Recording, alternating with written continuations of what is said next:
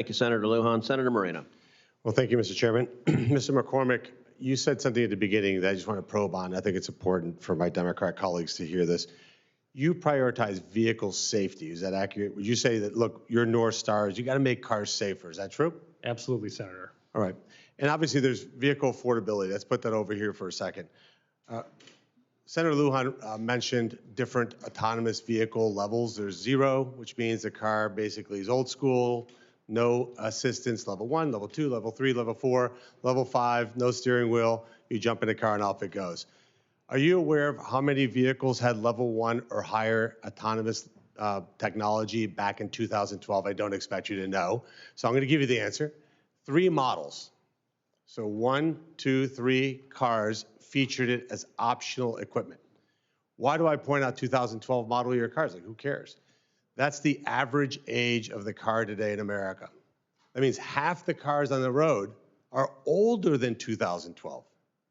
Since 2012, 16 million vehicles have been made with more than level 1 autonomy. So how is affordability and safety tie in together? You make cars more expensive, people will keep their cars longer. Is that accurate? That is what we've seen, Senator. Certainly there have been, the age of a car has been pushed back in America. Some of the features that have been added certainly do add to the cost of the vehicle. And people don't have unlimited budgets when they come buy a car, right? So they don't just go in and say, I'll take every option. Would you agree? I do agree with that. Would it surprise you that I got the VIN numbers of every one of my Democrat colleagues' vehicles and found that none of them bought any of the additional safety technologies on their cars? I did not know that, Senator. So when you are actually shopping for a car with your own money, you don't buy the technology. But we're sitting here saying that this should be mandated for everybody else's cars.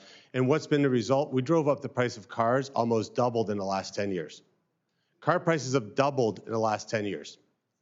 That's why cars are now 13 years old and why the fleet is less safe.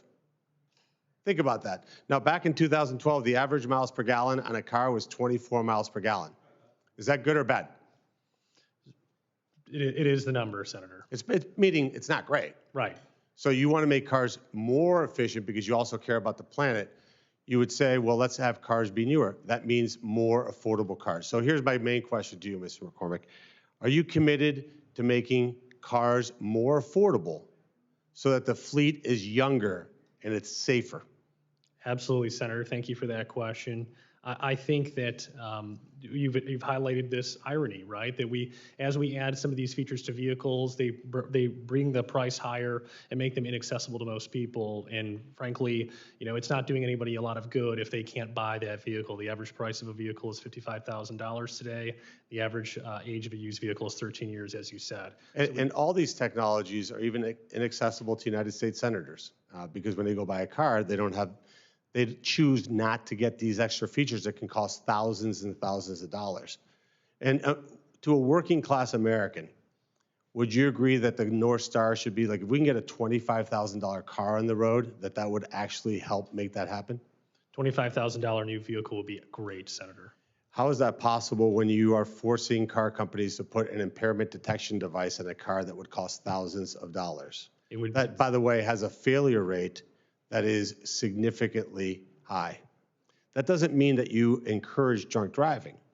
It means that you have a thought process that says, I can't force a technology that's going to cost thousands of dollars on a car that's going to prevent people from being able to afford cars.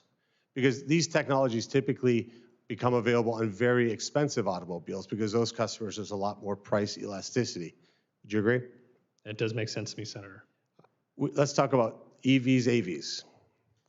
Last 4 years, we had a reign of terror on electric vehicles.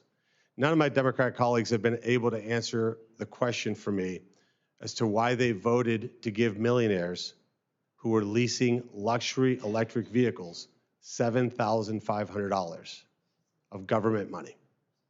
Just want to process that. Mr. McCormick, I ask you, you're a policy guy. Is that good public policy that a very wealthy person should be able to lease an electric Rolls Royce and have the federal government give them $7,500? It seems like people who have significant resources that probably shouldn't receive a government benefit. Shouldn't? I'd say no. Yeah. Let's say 0. But yet we did that. I just don't understand why. I don't understand the rationale behind that. Mr. Edwards, I'll shift to you. how stressful is it to be an air traffic controller?